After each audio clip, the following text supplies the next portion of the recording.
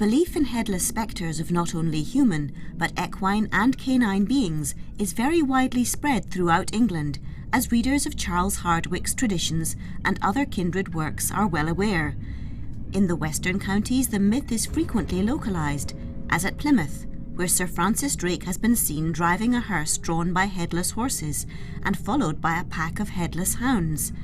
In Cornwall, such apparitions are quite common, one of the most noted being that told of by the Reverend Thistleton Dyer in One and All. The Reverend Richard Dodge, early in the last century, Vicar of Talland near Looe in Cornwall, like several other Cornish clergymen, was very eccentric. His singularities impressed the surrounding peasantry with a great awe of him, and to meet him on the highway after dark inspired, it is averred, the utmost consternation and terror.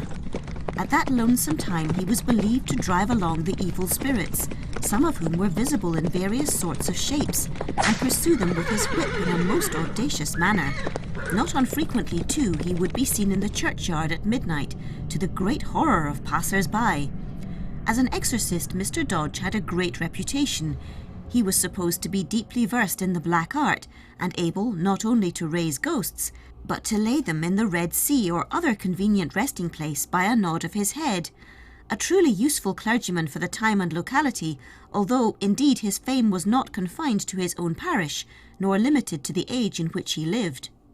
One day a messenger arrived at his house with a note from Mr. Mills, rector of Lanreath, to this effect. On diverse occasions has the labourer, returning from his work across the moor, been frightened nigh unto lunacy by sounds and sights of a very dreadful character.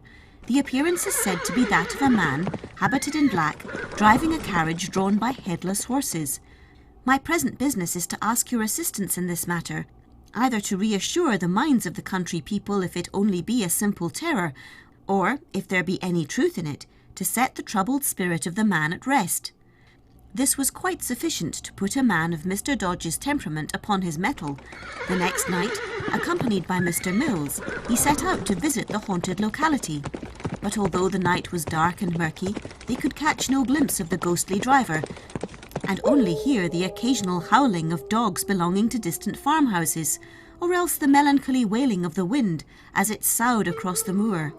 After some long time the clergyman became wearied of waiting and decided that it was useless to watch any longer then, but they agreed to meet again some other night, in hopes of meeting the spectre. They separated, Mr. Dodge for the vicarage at Talland, and Mr. Mills for his lectury at Lanreath.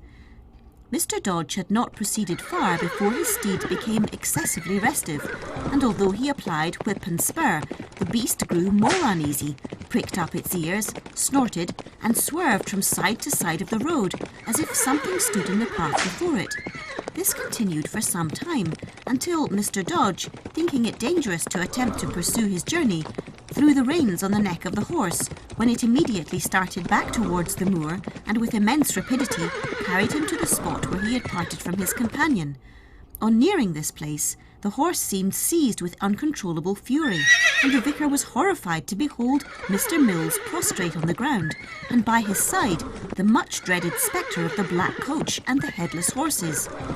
Jumping down to the assistance of his insensible friend, Mr. Dodge raised his lips in prayer, when instantly the spectre screamed, "Dodge is come! I must be gone!"